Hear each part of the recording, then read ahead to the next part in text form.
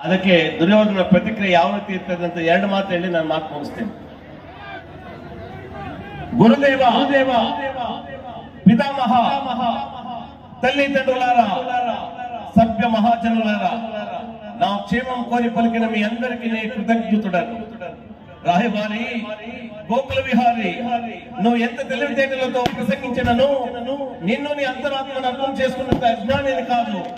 నా గురుదేవుడు సోదరుడు అని కుంతీదేవుడు నాకు దూరం చెట్టవని సకల రాజలక్ష్యముతో సకల సత్కారంతో అతిథిగా తిరస్కరించి నీకు నువ్వే రాయబారిగా ప్రకటించుకుంటవి. రాయబారి వచ్చినప్పుడు రారాజు ఆశ్రమంలో ఆచారము కాదు కనుక నిన్ను ఉచ్చరించితే గౌరవించితే రాయబారిగా వచ్చిన వాడు పంపిన వారు మంటలు ప్రకటింపక మా పైన మా అభిమతలు గ్రహింపక ఇంత ప్రలదనంగా ప్రవర్తించితివి.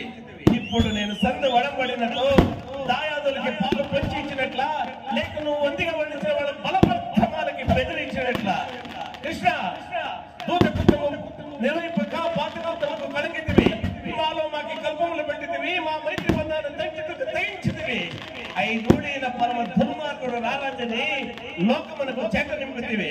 కృష్ణ నువ్వు కోరిన కోరిక నిజమైనదో సరి అయినదో నేను వీటికి నా సుశాల మహోత్సవం ఐదూళ్ళు లేకపోవునా ఇంద్రప్రస్థము గృహప్రస్థము జయంతము మానవతము కలిపి ఇంకొకటి చాలంటివి. నాకున్నది నాకు లేనది ఆ నగరంలో నేను ఇతరులకు దానమిచ్చినది ఇప్పుడు నేను ఎట్ల కట్ట పెట్టగలను? ఇది సాధ్యమా? సంధింపటకు మార్గమా? కృష్ణ ఇది కాక నా పిన్ని తండ్రి కుమారునికి భాగం ఏమంటివి? ఎవడు నాకు పిన్ని తండ్రి? ఇంద్రుడా, యముడా, వాయువా, శునిదేవతల శతశంఖ పర్వతములకి పుట్టిన కౌతలకి భాగం ఇచ్చి నన్ను శుద్ధభావంతులు కామంటివా? Thank you.